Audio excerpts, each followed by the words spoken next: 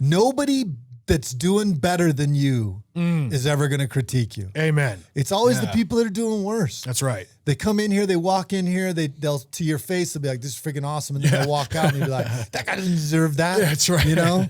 Oh, I can tell you I something about that one. I love Aristotle's quote. Ooh. The only way to avoid criticism is to do nothing, say nothing, be nothing. Ooh. And that's that's how I live by it. Like if write that one down. If you're being criticized, that means you're doing something. Yeah. You're saying something. You're being something. Oh. And the one thing I have no compromise with evil. I don't. Like that's where I draw the line in the sand. And for me, 2020 made it easy. Yeah. That line in the sand is very distinct from me. Pretty like people are like, is this hard for you? I'm like, no, it's actually really easy because I know what the difference between right and wrong. And you're wrong. Yeah. And I will have no compromise with evil. Yeah. And so I'm willing to do something about it. I'm willing to say something about it. And I'll be something about it. Yeah. Well, that's actually a great pivot to the next thing I really want to talk to you about, which is something you talk about on a constant basis. So I know you're probably sick of this, right? The border. Ugh. You want to talk about good and evil. Absolutely. You know, you also want to talk about some of the most gray area you're ever going to experience.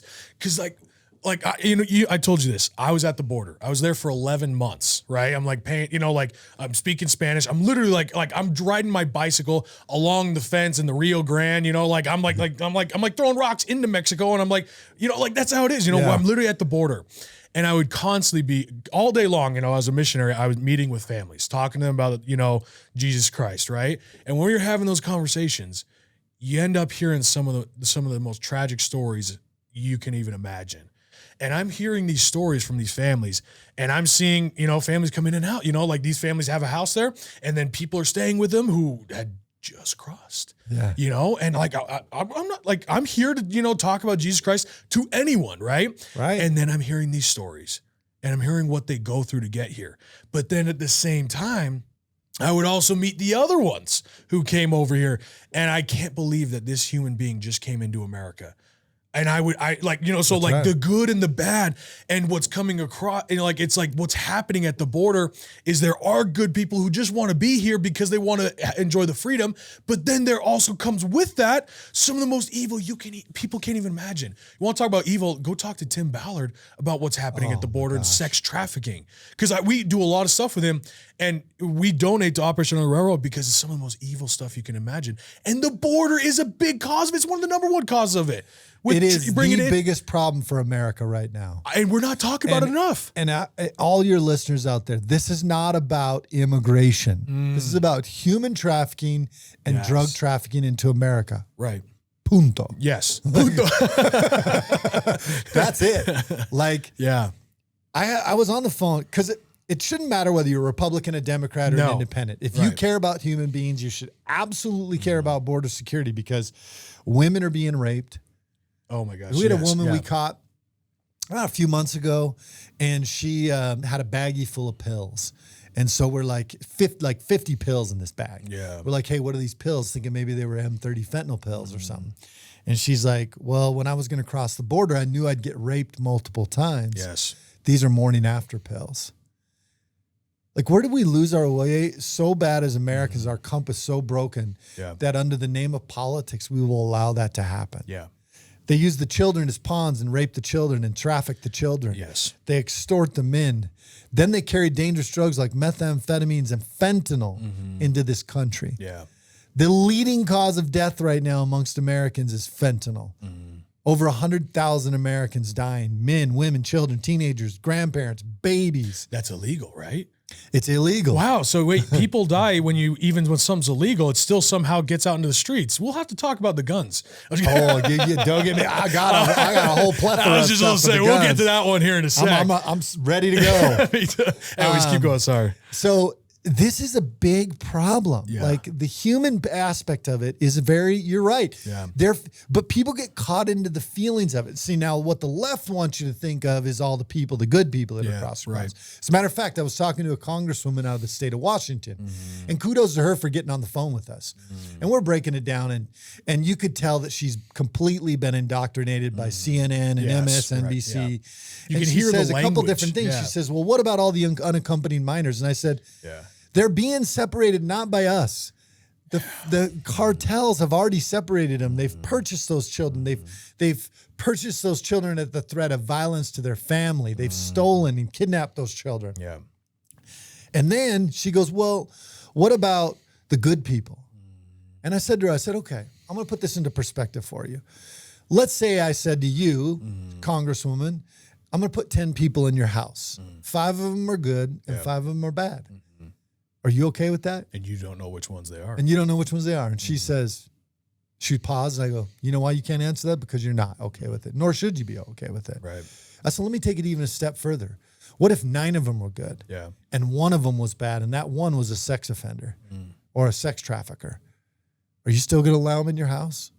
She's like, well, no. She didn't answer again. And I said, you can't answer because the answer is no. Yeah. I said, my job as the sheriff is to stop that 1. Yeah. If I have to stop 9 good people to do it, I'm going to do it. Yeah. Because in the end, I'm doing my job. That's right. And my job is to stop that 1 wolf from getting into the herd of to the sheep, even if it's with 10 other sheep. Yeah, that's right. My job is to stop those wolves. Yeah. And trust me, I will tell you, there are countless wolves crossing over. These are people that don't care for America. No. They will use it like a whatever and throw and cast it aside. There's terrorists. They've already caught 50 terrorists this year that are on the terrorist watch list. How many did we not catch that are on the terrorist watch list? How many did we not even have on the terrorist watch list? Yeah. I can assure you hundreds, if not thousands of terrorists have come into this country over the last 2 years. That's the thing is they're all constantly grooming new ones who aren't on the list. It is. You know, like that's what people understand. It's like, okay, you know, we're catching a bunch of known terrorists. Well, what about the ones who are grooming that are the new terrorists? Absolutely. You know, because those are the scariest ones, the newest terrorists to do their first job that will also be their last job that we happen to don't know that they're a terrorist yet. Like, people don't think about that. No, they don't. There's thousands of them. Oh, thousands of them. As a matter of fact, I was with Live PD one night, and I was followed this car, and I didn't have a reason to stop him, so I ended up just pulling up behind him when he pulled into the driveway. And basically, the house would be the first house you get to after crossing through the Indian reservation, through the desert, across the I-8 interstate. I mean, there's no other houses. The first house you would get to, right? I pull in behind him. The guy gets out of the car. He looks Hispanic, so I start speaking Spanish to him. She's looking at me like I'm speaking Chinese. Yeah. And so I said, do you speak Spanish? He's like, no. And I go, where are you from? He's like, I'm from Bahrain. And Bahrain is where all the terrorists are. So we passed his info on to the Homeland or HSI, which is Homeland Security Investigations. Yeah. And 2 weeks later, the guy flew back to Qatar. Why is that guy in the middle of the desert, first house you get to after crossing over the desert? Yeah. What is his reasoning for being there? Right. If you're telling me that you don't think that he has something to do with people coming across this border illegally, I say you're a fool. Yeah. Like there's, you know, the amount of people we've let in here, I don't know that this is going to be a problem for us for decades. I agree. For generations. It's already, I agree. Yeah. And people say, well, can you kick them all out with a new president? I said, you're letting in 7,000 to 10,000 people a day. Yeah. A day. Right. If you were able to kick out 100 people a day, I'd be like, hey, that's a good job. Right. So how do you make up for those numbers when you're letting 10,000 come in, but you can only get out a couple hundred a day, successfully get them back? Yeah. And the courts right now, most people don't realize to get somebody kicked out of this country before all of this influx was 5 to 8 years. Now you have all these other people that have come in here. Man, they're not even... The courts would be so jam-packed full of people, even if you could round them up. Yeah. So, and then the fentanyl. Yeah. I mean, they're poisoning the American people. That's right. Let me put it into perspective. If the cartel were to drop a bomb on Provo, Utah, and kill 100,000 people, we'd go to war. Well, we'd run roughshod over that country. We went to war for 20 years for what happened at 9/11, there was less than 4,000 Americans died that day. That's right. We went to war for 20 years. They're killing 100,000 people without any repercussions. Not only that, the government, our own government, and the mainstream media, and forgive my language, isn't doing jack shit about it. Amen. Yeah. That is the problem. That is why I get on the news and I shout it from the rooftops. Yeah. Because like George Washington said in the circular letter of 1783, he said, with the conviction of the importance of the present crisis, silence in me would be a crime.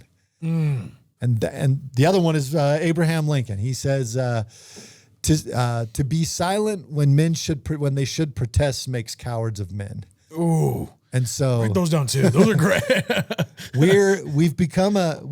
Unfortunately, there's too many cowards in this country and not enough men with courage to stand up for what they believe is right. Dude. Because it'll upset your comfortable life. Yeah. And that's a problem. Yeah. And people don't want to fight the border thing because they don't want to get into that uncomfortable area. They don't want to do the uncomfortable work, which is the second thing I talk about. That's right. Yeah. They don't want to do the uncomfortable work. Well, the more you let in, the more uncomfortable this job is going to do to fix it. Yeah. So I won't go on and on. No, But these are fentanyl poisonings. Yeah, Okay? yeah. These are the cartels poisoning Americans. Yeah. It is disingenuine to say that somebody's relative was overdosed. Yeah. A 15-year-old who takes a pill for the first time, that's a poisoning. A cocaine addict who's never taken fentanyl, who dies from cocaine that has fentanyl in it because the cartel put it in it, that's a poisoning. A baby who dies because the parents are using fentanyl pills, that's a poisoning. These are poisonings. Yeah. They're not overdoses. Right.